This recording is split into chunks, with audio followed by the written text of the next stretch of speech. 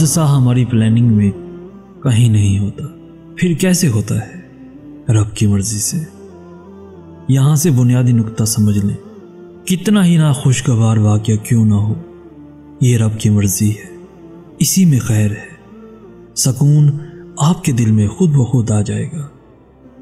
ایک پتا بھی رب کے حکم کے بغیر نہیں ہلتا، تو پھر حادثہ کسی بھی قسم کا ہماری سوچ میں نہیں تھا، پر ہوا، اسی مالک کے حکم سے ہوا جو نظام ہستی چلا رہا ہے۔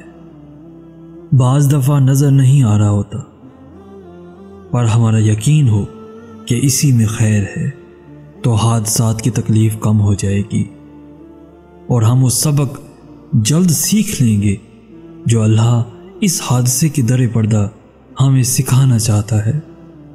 در حقیقت حادثہ آپریشن کتنا ہوتا ہے، جس سے ہمارے باطن کے ناسوروں کا علاج ہوتا ہے۔ عام حالات میں ہم کبھی اپنی ذات میں، عادات میں، مزاج میں کوئی تبدیلی آسانی سے نہیں برداشت کرتے۔ اس کے برعکس ایک معمولی سا حادثہ بھی انسان کی پوری شخصیت بدل کے رکھ دیتا ہے۔ ہماری سوچ اور گمان سے بڑھ کر ہم قابلیت کا مظاہرہ کرتے، حادثات اور مصائب کا مقابلہ کرتے ہیں۔ یہی وہ خیر ہوتی ہے جو تکلیف کے پردے میں آتی ہے۔ حادثہ وہ تعلیم اور تجربہ دے کر جاتا ہے جس کا مقابلہ کوئی ڈگری نہیں کر سکتی، نہیں کر سکتی۔